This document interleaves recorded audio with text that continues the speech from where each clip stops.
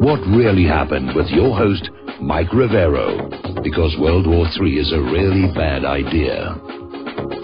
Here is your host, Michael Rivero. And aloha, America. Welcome back to our show. Hour number 2. The phone lines are still open, 800-313-9443. Sam is still hovering his hand over that telephone, ready to swoop on down, put you on the air with your comments. There is now a new surprise suspect in the Obama spy scandal. It's becoming more and more obvious that, yes, Barack Obama was using the instruments of the U.S. surveillance state to spy on Donald Trump's campaign. And apparently a new suspect has come on up that's a bit of a surprise. Former U.S. Ambassador to the United Nations, Samantha Power. And the House Intelligence Committee is issuing her a subpoena because apparently some of these unmasking requests were made by Samantha Power. And the question immediately is, why would the ambassador to the United Nations be seeking information on Trump officials? So there is something definitely going on there. All right, we're going to take a phone call. Tom in Florida, aloha. Welcome to the show. What's on your mind? Yeah, good afternoon, Michael. Yeah, first off, the Daily News is saying Trump's got an article out saying Trump too world drop dead. They're making a big deal about this climate thing with Paris. You know how it is. It's absurd what these leftists are doing. But, Michael, the real thing that's really got me perplexed is this Kathy Griffith, what she's doing now, getting a lawyer trying to spin this thing so she can probably get some kind of sympathy. And who knows, all these lefties are going to come out and give her millions of dollars. This has all been by design, and they're all a bunch of swine. But, you know, Michael, what's going on is it's unbelievable here with the Griffith, and then you got, like you're talking about, Secretary Obama bought an $8 million home.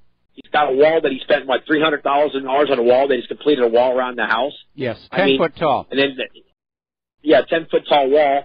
And I just realized something, Michael. I heard that the United States taxpayers paid $1.8 billion for the wall that he built in Israel out of the United States taxpayer money. Is that true? It's something like that.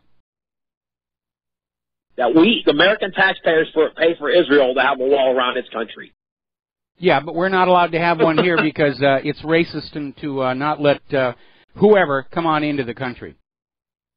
Okay, and another fact is 2% of the Jews who make up this country control 90% of Hollywood.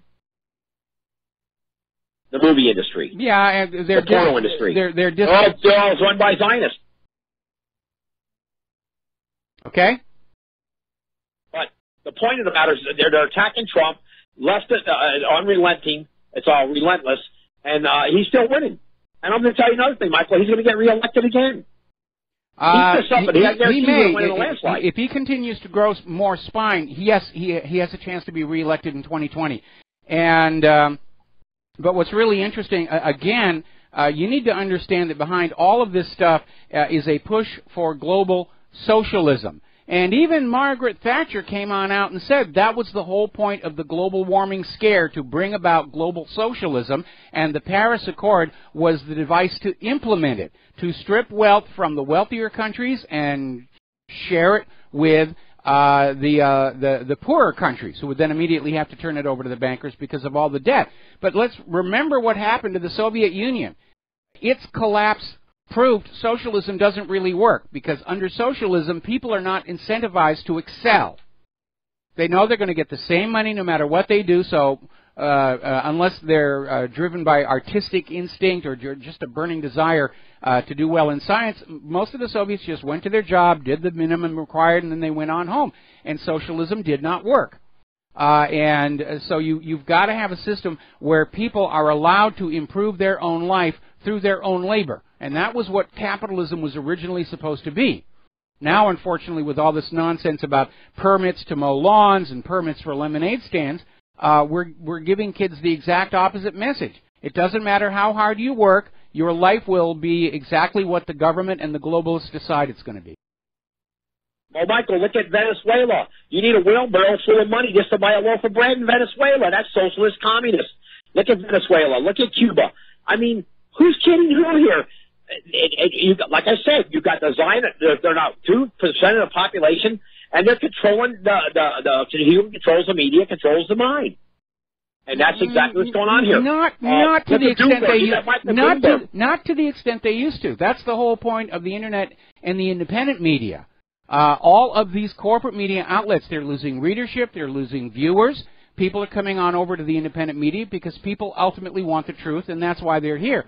And so that old model is fading. Anyway, Tom, the phone lines are loading up here, and we're going to let you go and switch over to Joe in Tennessee. Aloha, Joe. Welcome to the show. What's on your mind? Hey, Michael. Well, first I just wanted to say that the Trump's getting out of the Paris deal, that really goes a long way, in my view, to tell me that Trump is for real and that he's really going to fight the New World Order crowd, and I'm really happy about that. Now, if he would have surrendered there, I would have really started to wonder if the fix wasn't in. Well, this tells me that Trump is who he said he was. I mean, there's no doubt about it. And the war is on. The New World Order guys are going to be gunning for him now, no doubt. No question about that. It's not really an either-or situation. I mean, Trump's first few months in office have been very disappointing, but it does look like he's starting to stand up and turn back into the Donald Trump who campaigned last year. We're hearing that Kushner may be on his way out. Because apparently Kushner did some things that were very inappropriate. We're hearing Steve O'Bannon maybe getting back on in. And yet, all of a sudden, Donald Trump is back to pushing for the things he promised the American people. Immigration control, that's starting to work. Getting us out of that climate deal, that's starting to work. If we could get Donald Trump to really look at some of the draconian changes that need to be made to our economy to get it back working for all of us instead of just the money junkies, and, you know, get out of this nonsense of foreign entanglements, then we're going to get the Donald Trump that we voted for, and that would be a really wonderful thing. Yeah, the reason I said I was going to call, though, is it was about the stabbings in Portland. And I remember when it first happened, it seemed a little odd. And not that it's odd that this guy wasn't a nut, but it turns out that the other three guys, or two of them, went over there and pushed him and knocked the guy down after he said these words. And that's assault. Yes. And then it escalated, of course, into a knife fight. So those guys pushed a guy that was a bit of a lunatic, or a very much of a lunatic, and they all got stabbed. Now, I've been on Facebook and arguing about it, and I grew up in New York. And I've seen a lot of crazy people on trains in New York, and the trick is you really don't provoke them, you know? Mm-hmm. I mean, if they're just saying words, they're saying words. You don't push a lunatic. No. And then especially, like you said, they took their fists to a knife fight, and they paid. And then I just was like, when I read about it, I said, I want to hear the rest of the story. And the rest of the story is that those social justice warrior young guys went over there and pushed a lunatic. And, I guess they thought that being righteous would protect them. Well, it didn't. No, it really doesn't. We have a similar story to that a little bit further on in the show. Joe, thank you for the information here. We're going to let you go. We're going to take one more phone call, then we're going to close the line so I can get back to the news. Yvonne in New York, aloha. Welcome to the show. What's on your mind? Yvonne, are you there? Hello? Hello, you're on the air. Oh, yeah, hi, I'm sorry. I just wanted to say real quick, this whole talk about the conspiracy theory, like they're calling Donald Trump, they're saying he's the original conspiracy theorist because he said that Obama's birth certificate was illegitimate and whatnot. But I remember, I'm 52, and I remember Hillary Clinton, the first time I heard about a right-wing conspiracy theory, it was her. She was the one that said, the vast right-wing conspiracy theory, blah, blah, blah, whatever. Yep. And maybe you mentioned this, but I'm noticing more and more that everything, including this climate change nonsense, everything the liberals seem to be talking about are conspiracies, because even the idea that the climate is changing, well, that's just a theory. That's a conspiracy. So I don't understand this. And I'm seeing it also on Facebook. All of my liberal friends are going on and on and on about Donald Trump and the Trumpies and the trumpets, they call them, and how they're all conspiracy nuts. And I don't see where they're getting that information from. I can't think of one conspiracy that we're guilty of. I'm not even right wing. Well, okay. Now, first of all, a conspiracy, at least as legally defined, is two or more people working together to commit an illegal act. Now, the term conspiracy theorist was a propaganda term created by the CIA in the wake of the John F. Kennedy assassination in order to dismiss critics of the official story or doubters of the official story without having to address the issues that they raised, like the magic bullet theory and so forth. So that's where that all originated. So as more and more of the past crimes of the Clintons, and for that matter the Bushes, start to surface, they're going to fall back on that. Oh, it's just a conspiracy theory. And it's a way of saying, pay no attention to what happened to Seth Rich or whether he was the DNC leaker. That's just a conspiracy theory. Just go back to believing the official story. They've worn that one out. It doesn't really work all that much anymore. Yeah, I bet they're still using it. I see it all over Facebook. It's ridiculous. What are they going to do? What are they going to do? Stand up and say, "You got us? Yeah, we killed Seth Rich. We killed Vince Foster. We've killed all those dead bodies, and we tried to steal the election and failed. Golly gee shuckies, we promise we won't do it again." They don't have anything else they can do but scream conspiracy theory, tinfoil hat, wacko kook, smearing their enemies. It's the only thing they've got left short of an outright assassination. Right. And it is, I'll just say real quick, it is so hypocritical because even these claims that Putin rigged the election, that's a crazy conspiracy. I mean, that's bizarre and no facts, no basis for it. But yet here they are on the one hand saying, oh, yeah, a Russian-speaking president rigged our polls, which is impossible, but you're a nut because, whatever. Yeah, it is just crazy. It's ridiculous. Again, all of the election fraud that has been documented from last year's election all favored Hillary Clinton. So the story that Russia was hacking the election to help Donald Trump is absurd on the face of it when you look at the actual documented election fraud that took place. Frankly, at this point, Hillary's still out there trying to say that she won the popular election. I don't think so. If you subtract out just the illegal voters and the dead voters, then she lost by a huge margin. She lost by a landslide. And Al Franken is right. It is time for her to move on.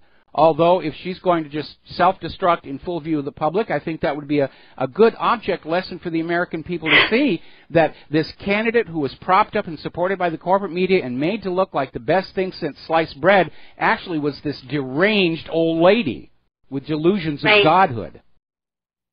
She looks pathetic. She does. She does. She's acting pathetic. She's acting pathetic. In a way, it's actually harming the global perception of our political system to see her go on ranting and raving like this. Anyway, listen, we're going to let you go. We're going to close the phone lines for a little bit because I got a bunch of news to get to before the Lady Claire joins us. We're going to do a shout-out now to our on-air affiliates who are just now rejoining the network. Now, as you know, part of the fallout from the election last year was that Bernie Sanders supporters have sued the Democratic National Committee for fraud and seek the return of all the money they donated to the Democratic National Committee to support Bernie Sanders because the Democratic National Committee very clearly threw the nomination to Hillary Clinton. And so down in Florida where they're having this lawsuit, you wouldn't believe some of the things they're saying. They're trying to get the court to dismiss this lawsuit and say it's absolutely ridiculous. And among other things that they're saying is that the Bernie Sanders supporters should have understood that the Democratic National Committee had the right to choose Hillary Clinton over the wishes of the primaries. Well, that's ridiculous. If the DNC is going to pick the candidate, why did you even have primaries to begin with? That seems an intention to deceive. We're going to have primaries where you will pick the candidate you want to run for president and, well, just throw out all those ballots and it's going to be Hillary. The lawyers for the DNC are asserting the judge is not even in a position to determine or pass judgment on how the Democratic Party conducts its nominating process. And the Democratic Party is saying it has the authority to favor a candidate without any legal repercussions. Now, the judge came on back and responded. The lawyers were saying this idea of a fair and impartial primary, it's kind of sort of an internal guideline and nothing more. And the judge came on back and said it's actually in the Democratic National Committee charter that you will have fair and honest and accurate primaries. So the judge is already indicating that he's not going to go along with the motion to dismiss. Now, the Democrats have actually come on back responding to that, saying that there is no legal definition of impartial. And so the judge can't really say whether the DNC's impartiality clause, it's a political promise. It can't really be guaranteed. I mean, the lawyers are really earning their money. But they're showing just how twisted and skewed this whole process is. And in closing remarks, the judge said, democracy demands the truth. So I don't think the DNC is going to get their dismissal. The Democratic Party, and maybe, yes, they thought Hillary's victory was a foregone conclusion and that they could get away with this, cheating Bernie Sanders, defrauding his donors, and nothing was going to happen because Hillary would be in the White House and they would be safe from prosecution. Well, they're not safe from civil litigation.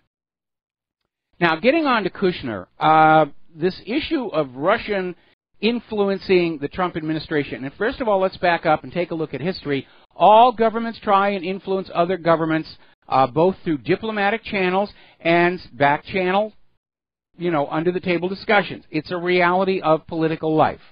But this idea that somehow it should be a big issue for Russia exerting influence over the Trump administration when Israel is given a free pass for doing it all the time underscores the hypocrisy of this. But it does appear that Jared Kushner may have had some issues going on there, because apparently he is in serious debt from his failed business ventures. We know he had this investment fund that just crashed and lost huge amounts of money, and he's seriously in debt. And now congressional investigators are saying that his huge debt made him vulnerable to Russian influence in the form of promises of funding and financing from one of these sanctioned Russian banks.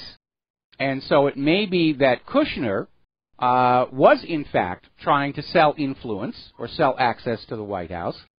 The big question is, did Trump know about it or approve of it? And I don't think the answer is yes in either case. This looks to be a little side deal that Kushner just did on his own. So we're seeing articles like this one in Target Liberty where now there's a new White House war. It's Bannon versus Kushner. And we are hearing more and more there's going to be another major White House shakeup, and O'Bannon may be coming on back. And that would be a really, really good thing. All right, so let's talk about Kathy Griffin, because she's just burying herself deeper and deeper with this. She held a press conference earlier today, and she's playing the Trump is a misogynist woman hater card, saying that the Trump family is bullying her, she's the victim, feels sorry for her. Frankly, I think she's just making herself look worse by trying to play the victimhood card all over again. So she's out there saying Trump is trying to ruin my life after the photo scandal. More whining and whimpering. And finally, this one, let's see. Kathy Griffin plays victim, blames Trump. He broke me. It wouldn't be happening to a guy. So she's playing that woman card. He's only doing it to me because I'm a woman. Now, there is a reality of life. When you are going to throw a punch at somebody bigger and stronger than you are, you had better be ready to take a few blows in return. But the fact is, Trump isn't doing a single thing. Public opinion is doing it. Kathy Griffin went over a line here. She did something very, very disgusting. And she's paying for it and trying to say that Trump is doing to it's not going to play. Believe me, Kathy, Claire and I know what it's like to go up against the White House.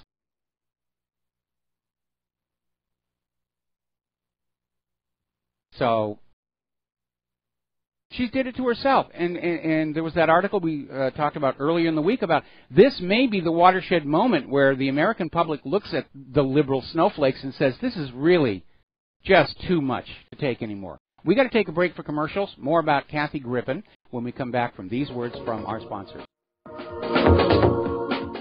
And aloha, America. Welcome back to the show. And I'm actually going to put off my comments about Kathy Griffin until the next hour because apparently Claire has a few well-chosen words she would like to add to this. So we're going to move on to the war zones here. And basically there is a story in Russia today saying we are in the Cuban Missile Crisis 2.0. And they're pointing out how the U.S. is trying to surround Russia with NATO bases and U.S. missile systems. Now, if you are my age, you probably remember the Cuban Missile Crisis, where we were told all of a sudden Russia was putting nuclear missiles on the island of Cuba with which to threaten the United States of America. Horrible, horrible, horrible, and led to the confrontation. The part that was not told to the American people at the time was that Russia was placing those missiles on Cuba in response to the United States deploying nuclear-capable missiles to Turkey with which to threaten Russia. So it was a little tit for tat, and the situation got really, really intense. But fortunately, both Khrushchev and Kennedy understood that their counterpart did not want to have a nuclear war, and so they got out of that mess. But we're back there again. If you look at the dispositions of U.S. and NATO bases and all these missile systems, it is clearly an attempt to wall off and isolate Russia. And all this talk about, oh, well, we're putting these missiles in Turkey to protect against Iran is nonsense. If you look at a map, that's really not a very good position to protect Europe from Iranian missiles. Same thing with all this talk about North Korea. We've got to have all these missile launchers in South Korea because North Korea is going rogue. No, it's just trying to basically do the same thing. Corral Russia with U.S. ballistic missile interceptors so that when it comes to a nuclear war with Russia, Russia will be deterred or possibly blocked from striking back at the United States of America, which, by the way, is not going to happen because all of our anti-ballistic missile defense systems are based on a predictable ballistic path by the inbound. All the radars, all the interceptors, all of that are assuming that the MIRV reentry vehicle is just coming down through the atmosphere following a nice, predictable parabolic curve. And the latest generation of Russian and Chinese reentry vehicles for nuclear weapons are maneuverable. They will bob and weave. They will dipsy-doodle. Now, as you know, earlier in the week, the U.S. was proclaiming the success of their latest test of an anti-ballistic missile interceptor. But the missile that was fired as the target is an older model missile with a warhead that follows a predictable ballistic path. They're not testing to current real-world conditions. Now, remember, Paul Craig Roberts is out there saying that his sources inside the government are saying they're seriously talking about just an unprovoked first nuclear strike against Russia, and then they're betting the farm that they can bluff Russia from trying to retaliate. I don't think that's going to happen. I don't think that's going to happen at all. Now, apparently the Pentagon is announcing that they're about to just hit Raqqa, which is the self-proclaimed Islamic State capital, and that's going to begin in days. So the war is really going to be going on, and apparently the Pentagon has all of their forces in place. Small arms are being handed out to the Syrian Democratic Forces, which is not part of the Syrian government. It's one of the U.S.-backed rebel groups. And civilians are being warned to get the heck out, otherwise they're going to get caught in the crossfire. One of the illustrations of just how confusing this particular region is when it comes to war is Turkish jets are now bombing the U.S.-backed forces in Iraq and Syria. So again, Erdogan is the wild card in the deck. He's the loose cannon on deck. And apparently, it's getting hard to tell who is on whose side over there. Now, as you know, the U.S. is trying to get Russia to get on out of Syria, denouncing Vladimir Putin for protecting Bashar al-Assad, the known user of chemical weapons. And Putin is saying, we're not there to protect Assad, we're there to keep Syria from being turned into a new Libya. And that is a very valid and important distinction to keep in mind. We're going to take another break for commercials here. There's the music. And we'll be right back after these few. Aloha, America. Welcome back to the show. Now, just before the commercial break, we were talking about how Putin has responded to charges that he's protecting the evil Assad by saying, no, what they're trying to do is to prevent Syria from being turned into a new Libya, because things are really bad in Libya. And apparently, Foreign Office Minister Tobias Ellwood has said Britain could have done more to prevent Libya's slide into war and chaos. They're still insisting it was right to intervene against Muammar Gaddafi. Well, from the banker point of view, yeah. Gaddafi had shut down the private central bank, set up a state central bank to manage Libya's public currency as a public utility, and he had come out with a new currency, the gold dinar, all of which were seen as a major threat to the debt-based currencies of the private central banks. And African nations were saying, yeah, we want to use that gold dinar because we can conduct commerce using it without accruing interest to central banks. And the final nail in Gaddafi's coffin was when he said that Libya's oil was for sale, but only for the gold dinar. And that was the reason. They went on in and took Gaddafi out, and the Libyan people did not want a new imposed puppet government, and that is what has led to all the bloodshed and chaos over there in Libya. Now, interestingly enough, apparently Gaddafi's supporters are starting to make a political comeback. They're gaining influence in Libya. The Libyan people want to go back to life as it was in Libya under Gaddafi because they very high literacy rate, very low gas prices, free education, free health care. Gaddafi had engineered this amazing aqueduct system. They were turning Libya green. They were taking it back from the desert. He was doing all these wonderful things. But by golly, that doesn't matter. When you annoy those private central bankers, doom and destruction will follow. Now, Qatar, all of a sudden, is now in play in the Middle East. And they are responding to pressure coming from Saudi Arabia by pivoting away more toward Iran. And they're trying to improve their relationship with Iran and basically try and get out of the pressure from Saudi Arabia. Now, Saudi Arabia has come on back, literally threatening the Qatari emir with the same fate as Egypt's Morsi. In other words, they're threatening that if Qatar does not toe the line, they will have a regime change, a coup d'etat. And if that happens, this could threaten that OPEC deal, and that would have repercussions for the global economy as well. There's been another hate crime hoax exposed. This one happened apparently back in February 10th, where this Jewish man in upstate New York filed a police report saying he was the victim of anti-Semitism and hate. And as it turned out, he basically painted the swastikas on his own home, and he's been thrown in jail for painting the swastikas and filing the false police report. And apparently there was also an outstanding warrant for harassment stemming from an incident in which he allegedly threatened to harm another person back in February as well.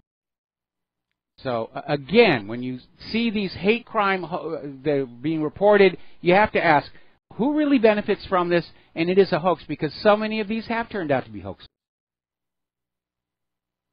Anti-Semitism hoaxes, rape hoaxes. Remember Tawana Brawley, what an absolute stink, and all the ruined lives from that one.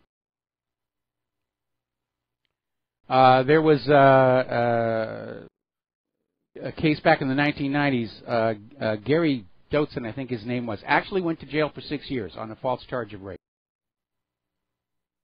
Amazing.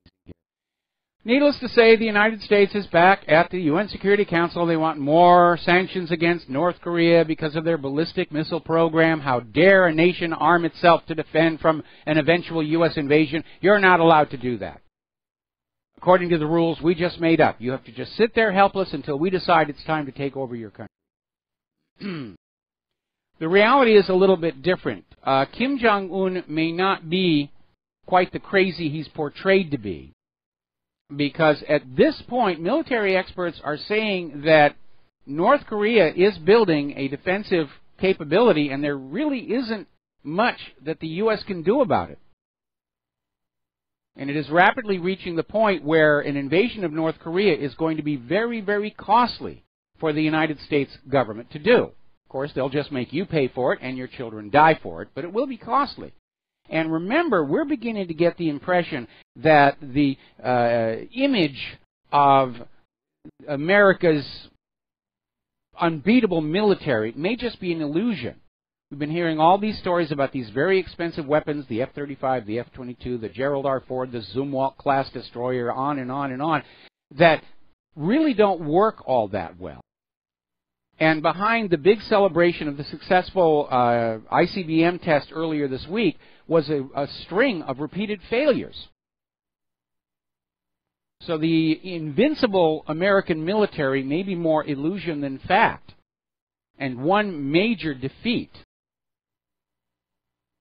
could be the beginning of the end. That's what happened to the former Soviet Union. When they went into Afghanistan, the impression around the world was the Soviet military was absolutely unbeatable. And when they got kicked out of Afghanistan, that was the beginning of the end. Because all of a sudden, everybody realized the Soviet military was more bark than actual bite, and it started coming apart. And the same could happen here. It's another one of the parallels between the current state of the U.S. federal government and the Soviet Union months before it fell apart. Now then, as you probably heard, there was this horrific terror attack over there in Manila, and it was at this resort here, and ISIS has claimed responsibility, blah, blah, blah, blah, blah, blah, blah, blah, blah. The government of the Philippines is saying that whoever is claiming to be ISIS taking credit for it, they're not buying it, because their investigation at this point is it was not an act of terror at all, but a botched attempt to rob the casino. And apparently around 2 million pounds worth of casino chips were stolen. They've now been recovered as well, but it was just a robbery gone wrong. And the robber, just when he was frustrated, couldn't complete what he was doing, tried to set fire to the chip room, and apparently got caught in the fire himself. Looking at the world of economics, the news is not good. According to the National Bureau of Economic Research, almost half of all Americans will die poor and broke. They will have nothing that they will leave to their next generation.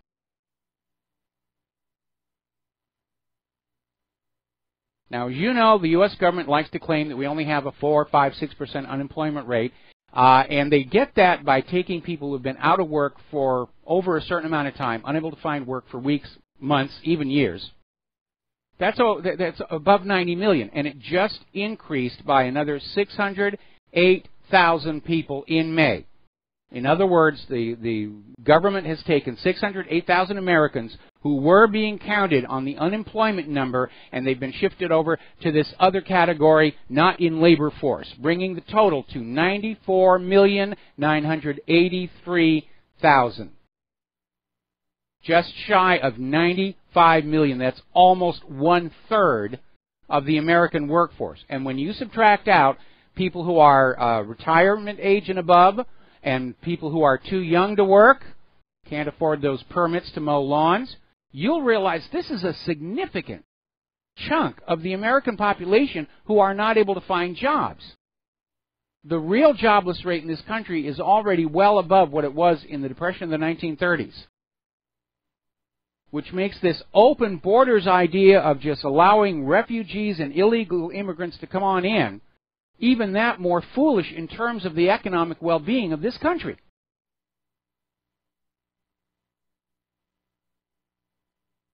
We should not be allowing anybody to come into this country until we have full employment for the American people.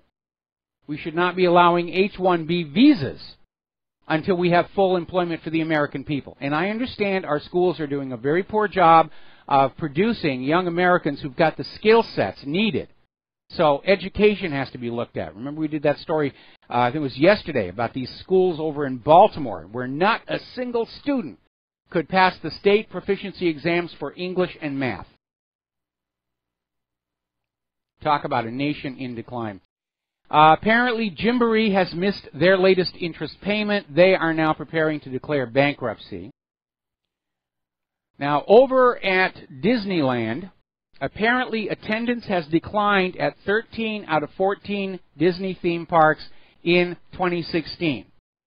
Now, for Disney, it's a little more complex. Yes, the declining economy has a problem. Those parks are very expensive to go to. It's a lot of money. But there's also two other factors. One is that getting through security to get into the park kind of spoils the whole experience. Now, I'm old enough to remember where you would go to Disneyland, you'd buy your little book of tickets, and you'd walk on in, you'd have fun. And it was a great place to be. The last time Claire and I were in Southern California, we decided we were just going to go to Disneyland. And after standing in the line to get Claire's purse searched and my crotch grabbed for about 15 minutes, we said, this is nonsense. We just turned around and left. We didn't even go inside. Didn't even get to the place to buy the tickets. That was it. And the other part of it is that Disneyland, as it is today, is a very thin veneer of what it was like when we were young. When Walt Disney and Roy Disney were in charge of the place, it really was a very interesting place to be. All the rides and all the shopping, all along Main Street, USA. There were different shops for different things. You could buy exotic cooking materials there.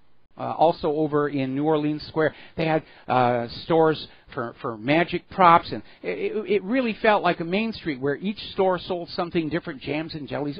It was a wonderful experience, and there wasn't a huge markup there either. And ever since the Disneys were kicked out of it, it's just they tore out the internal walls, and it's just shelf after shelf of all the branded Disney products, and people only buy so much of it.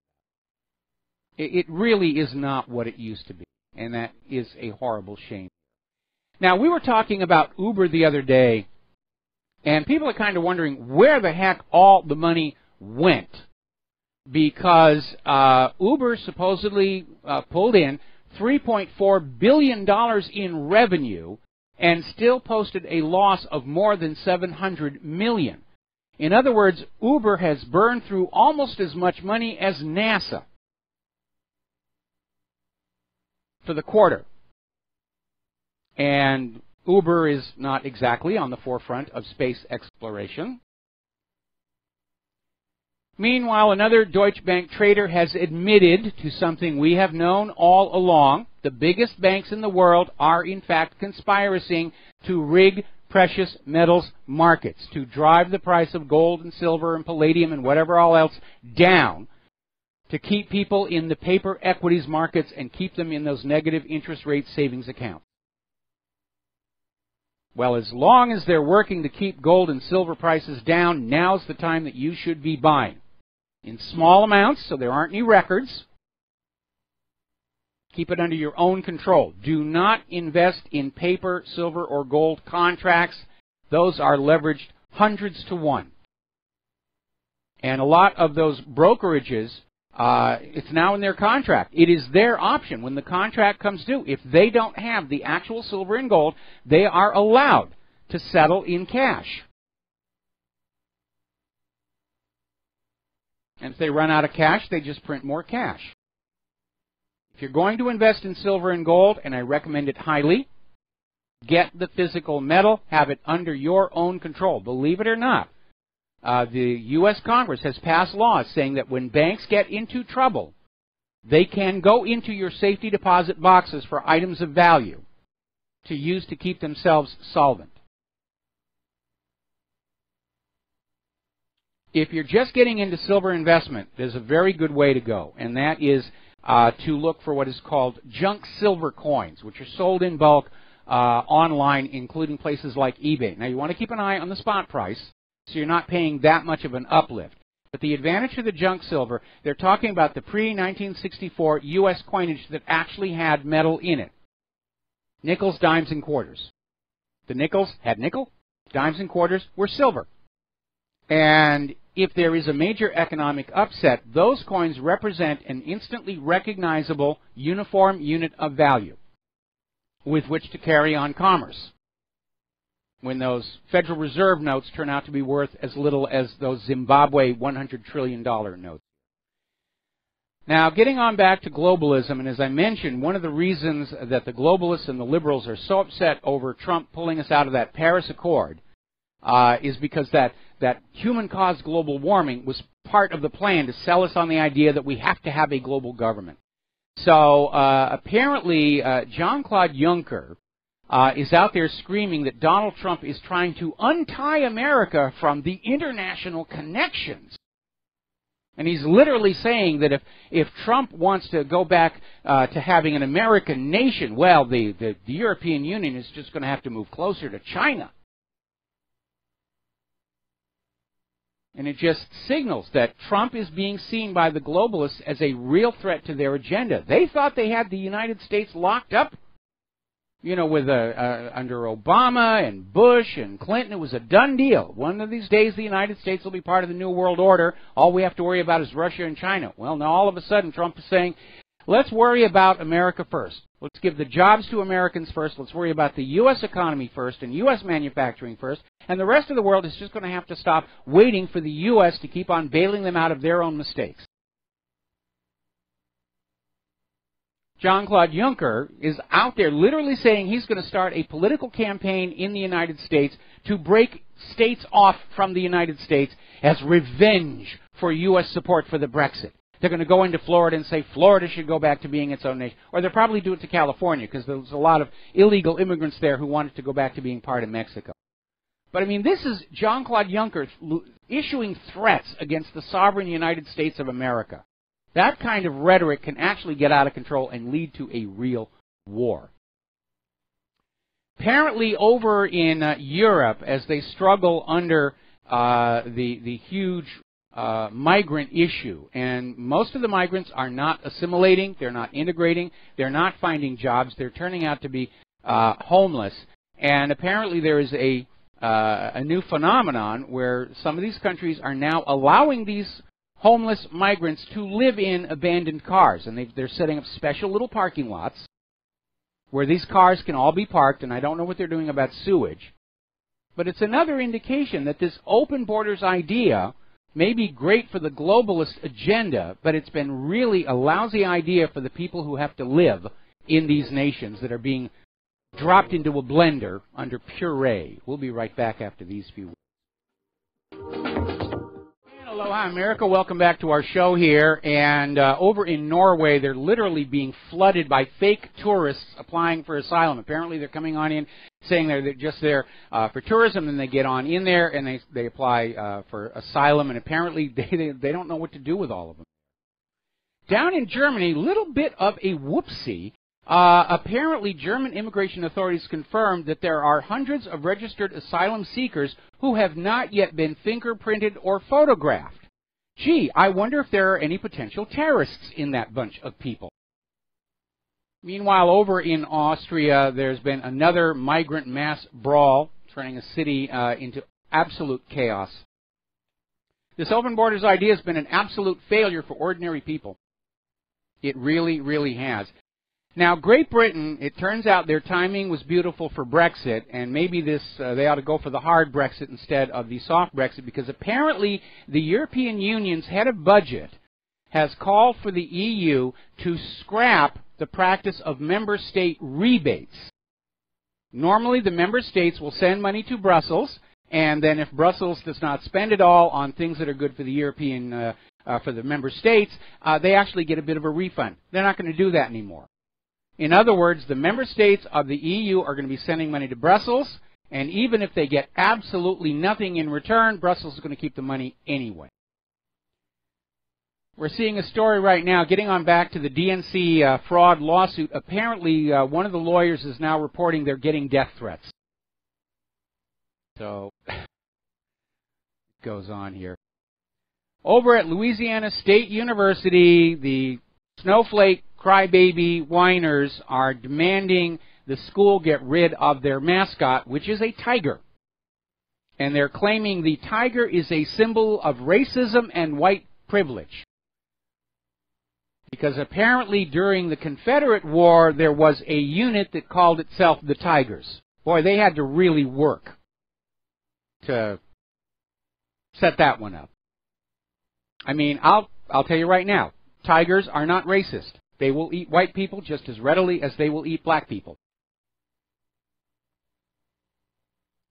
Now, getting onto the computer world, as you know, big, huge scandal. It turns out the FBI was actually paying Geek Squad to have their technicians spy on your computers when they came on in for repair. Fourth Amendment, We don't need no stinking Fourth Amendment here. By the way, apparently Windows mobile users are having a bit of a problem. Microsoft accidentally let out an update that is bricking some of their mobile devices. And apparently, even if you've downloaded it and not even installed it, it is a problem. You have to do a hard device reset. No quality control over there.